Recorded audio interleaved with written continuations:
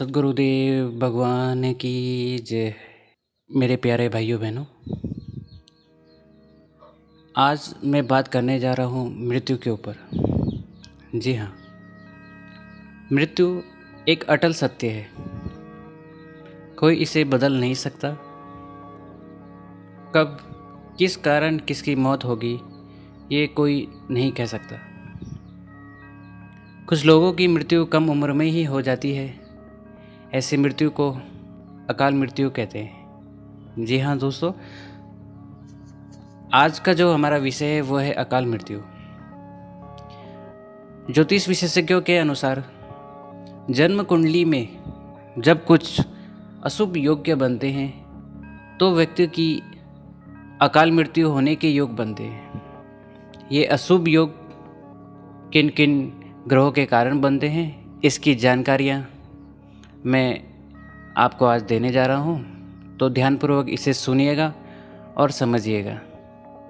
और किसी भी प्रकार का अगर कोई प्रश्न हो तो आप मुझे मेरे चैनल दिव्य लेखक में कमेंट करके पूछ सकते हैं और मैं इसका आपको जवाब ज़रूर दूंगा।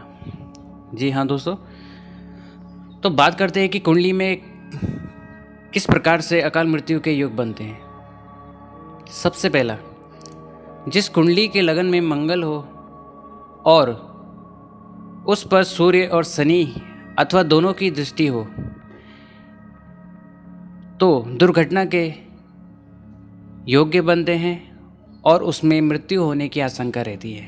दूसरा, राहु और मंगल की जब युति अथवा दोनों जब समसप्तक होकर एक दूसरे को देखते हैं तो भी दुर्घटना से मृत्यु होने का कारण बनता है और इस प्रकार फिर से अकाल मृत्यु के योग बनते हैं।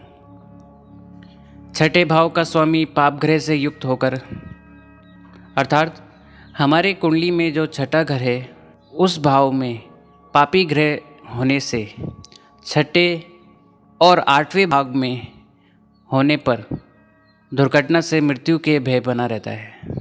चौथा, ज्योतिष शास्त्र के अनुसार लग्न भाव, दूसरे भाव तथा 12वें भाव में अशुभ ग्रह की स्थिति हत्या का कारण हो सकती है,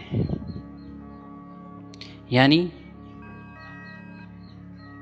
इस अवस्था में मनुष्य की हत्या हो सकती है।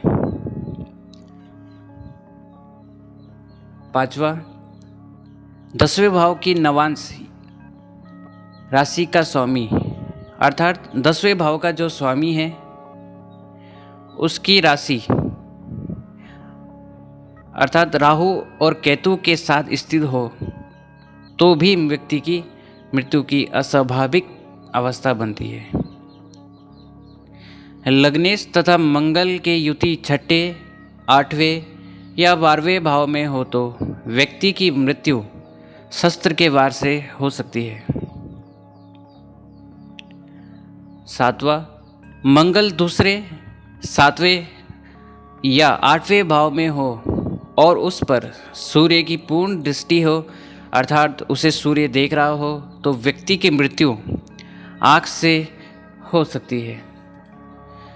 तो ज्योतिष शास्त्र के अनुसार कुछ ये ऐसे योग हैं जिनसे अकाल मृत्यु के योग बनते हैं। अब बात करते हैं इनके उपायों। देखिए, उपाय में एक ही उपाय हो सकता है। सबसे पहला कि आप किसी योग्य ज्योतिष से पूछकर इन अशुभ योगों के निवारण के लिए मंत्र जाप, पूजा, यज्ञ आदि का उपाय कराएं। स्वयं अगर आप करना चाहते हैं तो रोज़ सुबह उठकर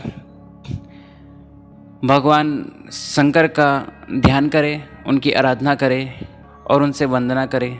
धन्यवाद।